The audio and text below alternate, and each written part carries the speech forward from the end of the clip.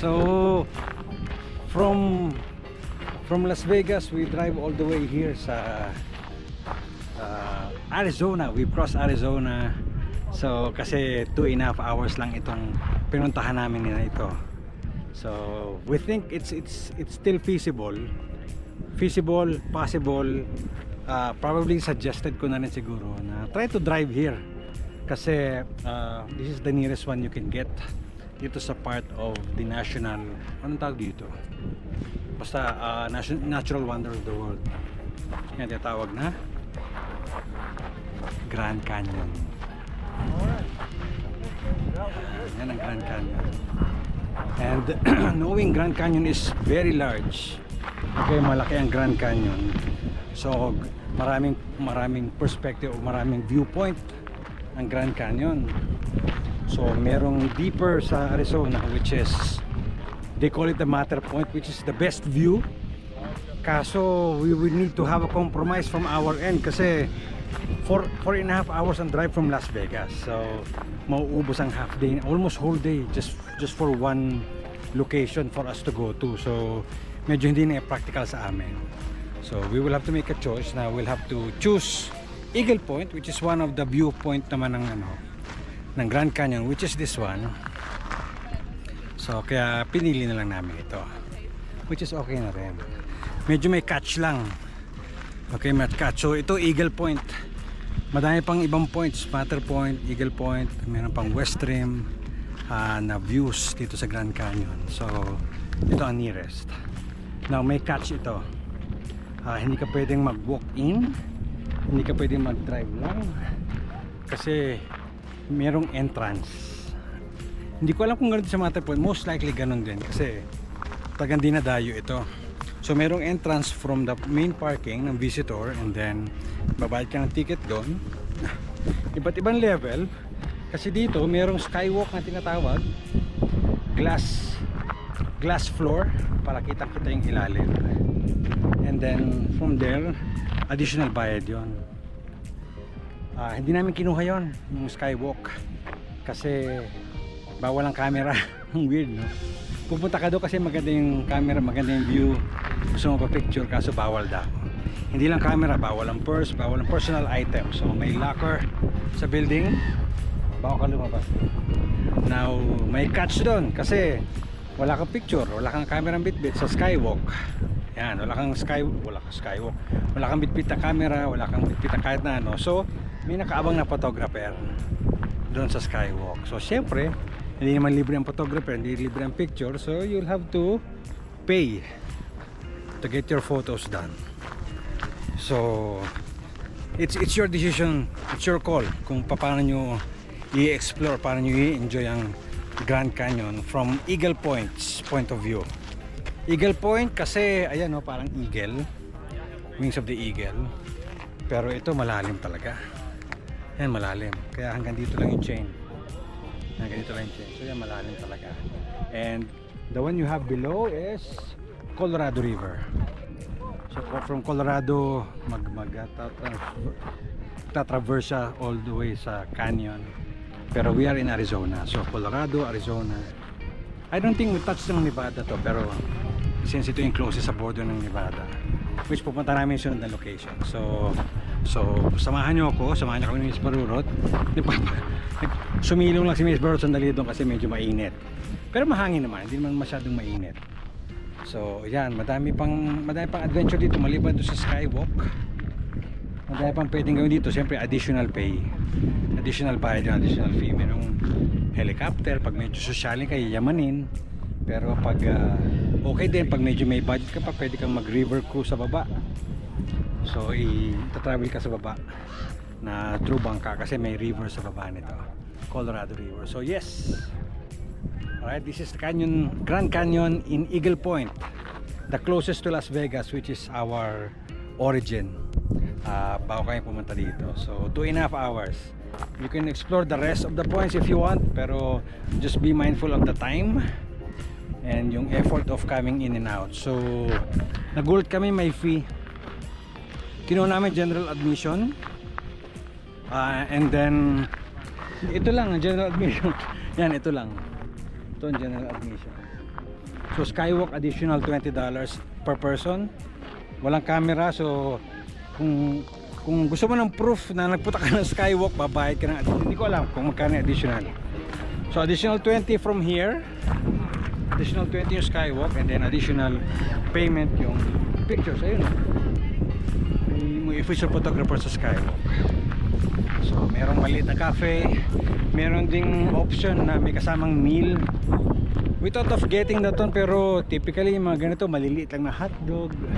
Meal daw meal. So yeah, here we are in Grand Canyon here in Arizona. Eagle Points yung pinanggalingan o yung pinuntahan namin. So we'll take more pictures here and then we'll move back to Nevada. Alright, so yan na, mahangin na. So yan, na-challenge kami sa nalaman namin info when we came here. Hindi namin na-expect, pero somehow we need to enjoy na rin. Nandito na 2.5 hours drive pero yun ang feeling namin, the best way to deal with the fee. Explore mo na rin, then buti na lang di kami kumuna skywalk kasi wala kang picture. Yun ang may signboard may signboard dun, may sabihin ng ticket na bawal daw. So immediately we know we don't have to pay that kasi ganun din babayad ka ng professional photographer or photographer, official photographer ng skywalk. So we'll stick with the basic. We'll have our own photos taken. Again, like any travel that we do, we have our own tripod para makuha namin yung gusto naming angle kesa sa magpa-picture kami sa ibang tao. Diba? Pag nagpa-picture sa ibang tao, ibang angle, minsan gumagalaw, nakakayang ipaulit.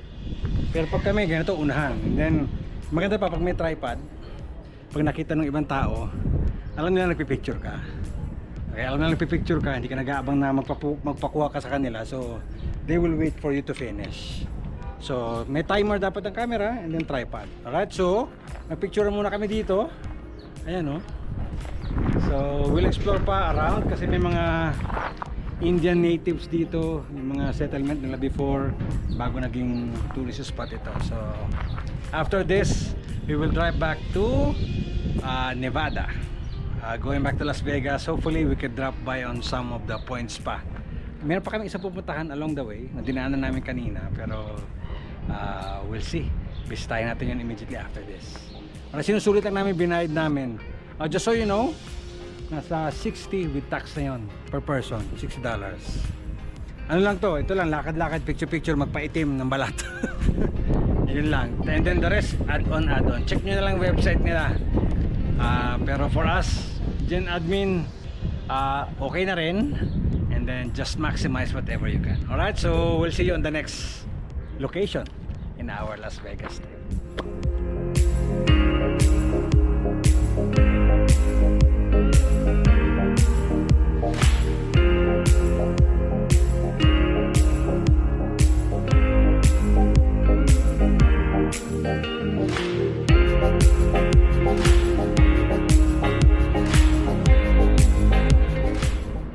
Ayan, nandito pa rin kami sa Grand Canyon.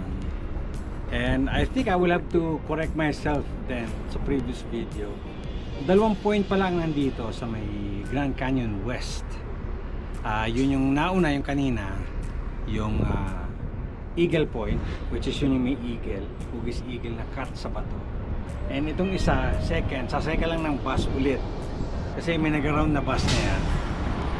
Nag-around yan. May second location dito sa Grand Canyon which is called the Guano Point. So ito yung Guano Point. Yan.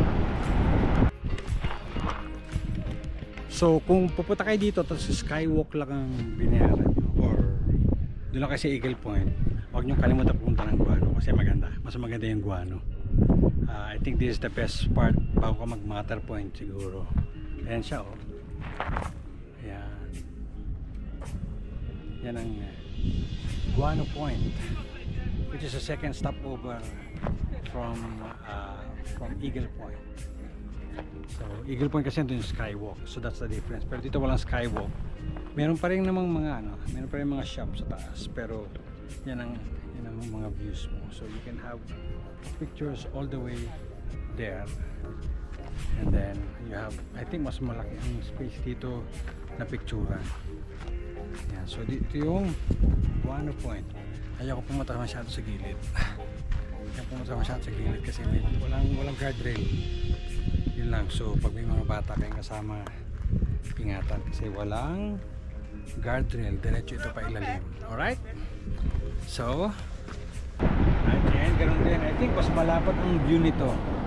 Yan, mamaya may inantay ko lang si Miss Brewer pumunta doon sa may office, may visitor center. Inantay ko lang siya and then we'll take another picture here. So just so you know, itong Grand Canyon again is one of the natural wonders of the world. Isa sa mga natural wonders of the world.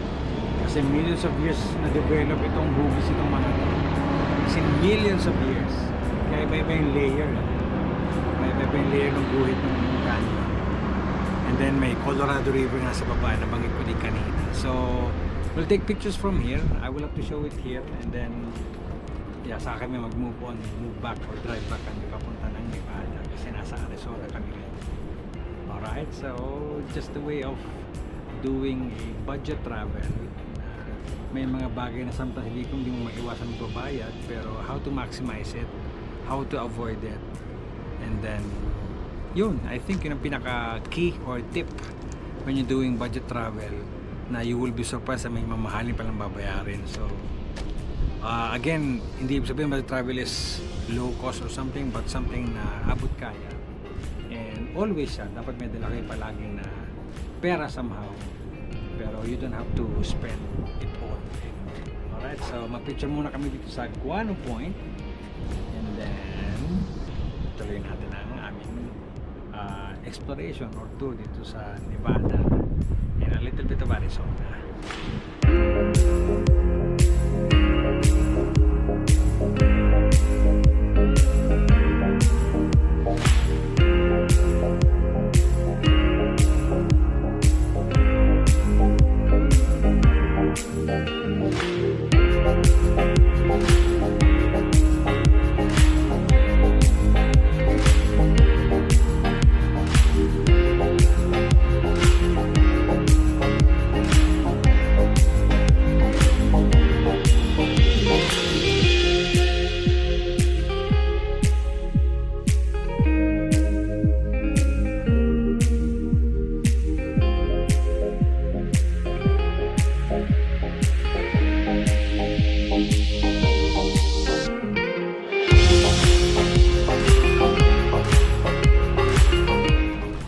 So we are at our next location, which is one of the best engineering feat na ginawa sa buong mundo.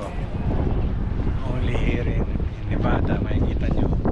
Ito yung engineering feat. Ito papakita ko sa inyo once nandun na kami sa location where we can see the view. Alright, so samahan nyo ako doon. Papaliwanag ko doon. Yan, mukhang medyo mahangin. Pasensya na sa mic. Nahanginan, pero dito mainit punta kami, pero I am traversing the Tillman-McCallahan Bridge. Pag hindi nyo narinig ito, ilalagay ko na lang dito sa baba. Yung Tillman-McCallahan Bridge, ginawa ito para sa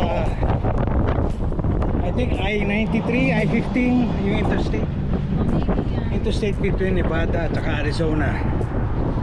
Ginawa ito for that. Now, ito is ginawa overlooking one of the greatest engineering feat na ginawa sa buong mundo, especially dito sa Amerika. Silipin nyo, ha? Now, what I'm talking about is the Hoover Dam. Yeah, that is the Hoover Dam. Dito sa border ng Arizona and Nevada. Right, so this is made. Lalagay ko dito yung details para makita nyo din. Kasi I don't think makakapisado ko lahat ang details na yan. Pero yan, isa yan sa greatest man-made structure in the world. Kasi it provides, I think it provides peak power dito sa US, kasama sa US grid. so many people who work on that dam. Nung una, sabi pa nga nung una, parang imposibleng gawin, pero they were able to do it. And now it's a landmark here in Nevada. Ayan, Nevada, Arizona. Kasi itong gitna mismo ng tulay na tinatayuan ko, which is the McCallahan-Tillman Bridge, which was built 2001 to 2010 para doon sa interstate highway connecting Nevada and Arizona. Yun, overlook niya yung Hoover Dam. So that's the case here. So beautiful, very beautiful.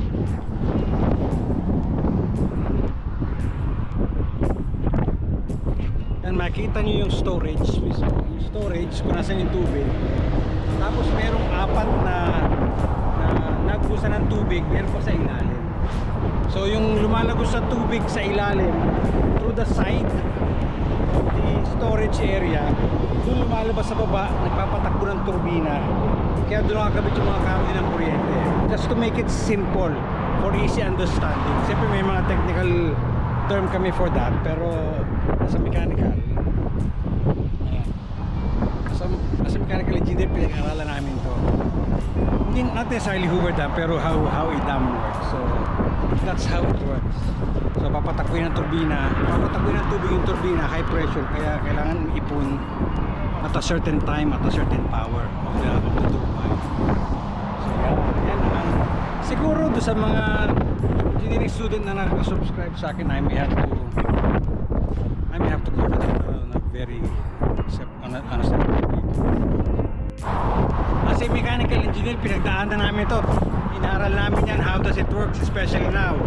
Although nasa HVAC building industry ako, it still fascinates me so much how this works, how this is being designed. Pero remember, hindi lang ito mechanical design, it's also a civil design. Kasi yung pressure ng tubig sa structure, sa concrete, it's a different story, hindi na covered ng mechanical yun. And also electrical engineer will be there. Kasi once na ma-produce na yung power, it has to be distributed properly. It has to be brought down at a certain voltage, at a certain power. Then doon papasok electrical engineer. So maraming involved dito. Ultimo mga mining engineer kasama, kasi they have to analyze the rocks, they have to analyze the land surrounding it. Kaya ganyan ang kinalabasan yan. See, it's a collaborative effort.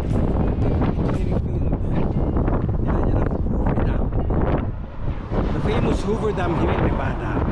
So if you want, especially sa mga student mechanical engineer na subscriber ko, if you want me to explain it further somehow up to a certain extent, you can comment down below, and then I will be able to cover that on a separate video. Bibigyan pa ako ng mga sketches. Alright? And I will basically highlight ano yung mga important formulas for you to take note of para nag-design kayo ng dam on the mechanical perspective, syempre. Alright, so si engineer, tuwan-tuwa. I was able to see this Hoover Dam here in Nevada, Arizona border in United States of America.